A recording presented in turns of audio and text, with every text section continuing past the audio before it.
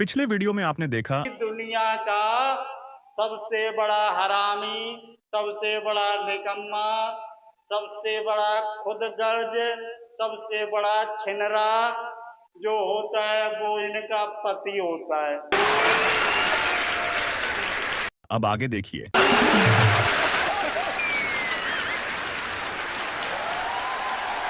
और सिद्धू पाजी, ये पत्नियां इतनी जलनखोर होती हैं, इस बात का हमें नहीं पता था। मुझे जब पता चला कि एक दिन मैं बाइक से घूमने जा रहा था और अपनी धर्मपत्नी को बाइक के पीछे बिठा के ले जा रहा था। अब हुआ क्या, रास्ते में मेरा पेट्रोल खत्म हो गया। अब जैसे ही पेट्रोल मेरा खत्म हो गया, मैंने कहा चलो पहले पेट्रोल डलवा लेते हैं। हमारे इंडिया में पेट्रोल पंप पे कुछ नियम हैं। पेट्रोल पंप पे जब पेट्रोल भराते हैं तो अपनी पत्नी को बाइक से उतार देते हैं।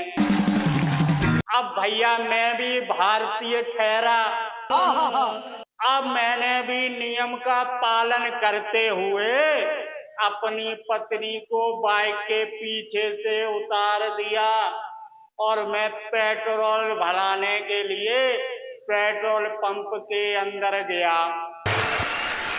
तो जैसे ही पेट्रोल पंप भराने लगा तो मुझे पेट्रोल पंप के अंदर एक बड़ा सा बोर्ड लगा था और उसमें बड़े बड़े स्वर्ण अक्षरों से लिखा था कि जलनशील पदार्थों से दूर रहें। जैसे ही पेट्रोल डला के निकला तब मुझे असली इनकी रूपरेखा पता चली कि पत्नियों को पेट्रोल भरवाने से पहले पेट्रोल पंप के बाहर क्यों उतार दिया जाता है। और मैं इसलिए पत्नियों के खिलाफ हर समय रहता हूं। क्यों कि जब वो बीवी अपने पसंद की सौदा मंगाती है तो जो उसे सौदा अच्छी लगती है वो न लाके मैं दूसरा आइटम लेके घर आ जाता हूँ। क्यों कि भैया खुलकर तो विरोध कर नहीं सकते, लेकिन भैया उल्टा सीधा सामान लाके ऐसे ही अपने दिल की भड़ास निकाल के और उनका विरोध करके अपने दिल को तसल्ली बना लेता हूँ। और सिद्धू पाजी, एक दिन मेरी घरवाली बोली, ये बताओ बाबा जी का ठुल्लू किसे कहते हैं? हर बात पे लोग कहते हैं बाबा जी का ठुल्लू, बाबा जी का ठुल्लू। तो ये मुझे बता दो कि बाबा जी का ठुल्लू क्या होता है? तो मैंने कहा सुन, जब मेरी शादी की सालगिरह थी तब तूने एक रिंग मांगी थी सोने की। बोला हाँ मांगी थी। फिर मैंने कहा मिली? बोला नहीं मिली। तो मैंने कहा यही तो है, इसे ही कहते हैं बाबा जी का ठुल्लू। और भैया एक दिन में यूपी कासगंज से दिल्ली के लिए एसी बस पे बैठ के जा रहा था। तो बढ़िया सा एसी चल रहा था, पूरा ठंडा ठंडा कूल कूल पूरी बस में हो रहा था। और मैं अपनी मस्ती में भाई साहब बैठा हुआ था। मैं खिड़की वाली सीट पे बैठा था। मेरी बराबर वाली सीट पे एक लड़की बैठी हुई थी, उसके साथ में ही एक लड़का बैठा हुआ था। बस चल रही थी, सारे मस्ती में थे, एसी का मजा ले रहे थे। लेकिन वो एसी में मजा लेते लेते कुछ दूर तक जब बस चली तब उस लड़की लड़के में दोनों में कोई बात नहीं हो रही थी।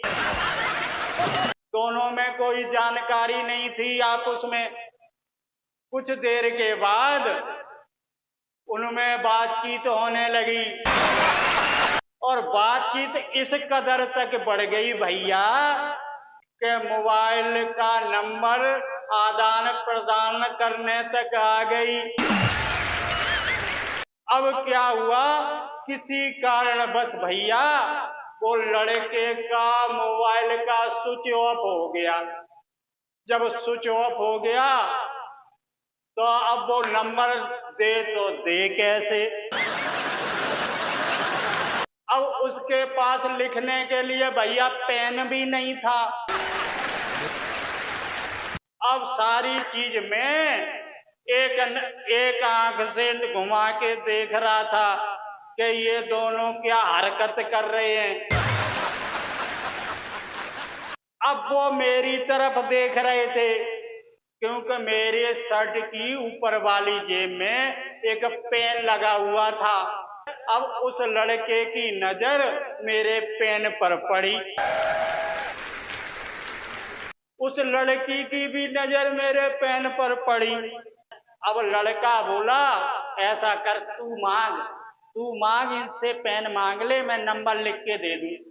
लड़की बोली मैं क्यों मांगू, तेरे को जरूरत है, तू पेन मांग इनसे। अब मैंने उनकी दोनों की घुस सुन ली और जैसे ही सुनी अब मुझे लगा कि ये दोनों में से कोई मुझसे पेन मांगेंगे और अपना नंबर लिखेंगे और दोनों साले आशिकी करेंगे।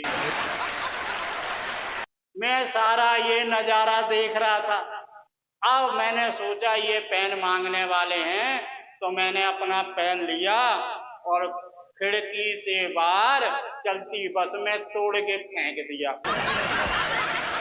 क्यों कि मुझे याद आ गया वो मोदी का भाषण, कि मोदी का कहना था कि न खाऊंगा न खाने दूंगा।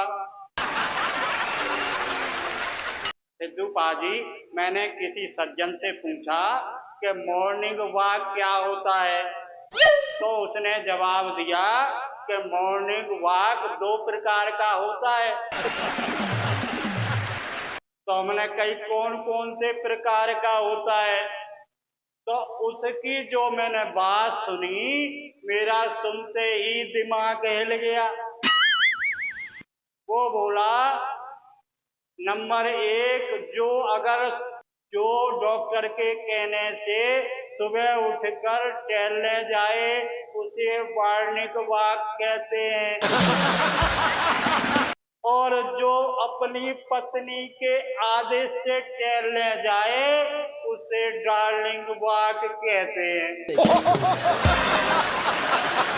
और सिद्धू पाजी, आजकल के समय में भैया भलाई का जमाना नहीं है।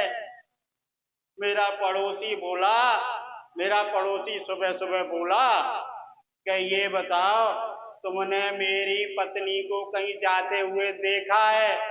मैंने कहा देखा है, नहाते हुए देखा है। उसने सुना न कुछ, उसने तो भैया झगड़ा कर दिया, उसने तो मेरी धुनाई कर दी।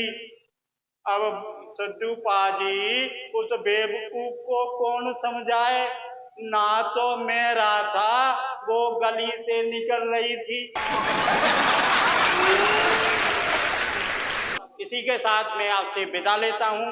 तब तक आप हंसते रहिए, मुस्कुराते रहिए और देखते रहिए कप्पू कॉमेडियन नंबर 1 शो।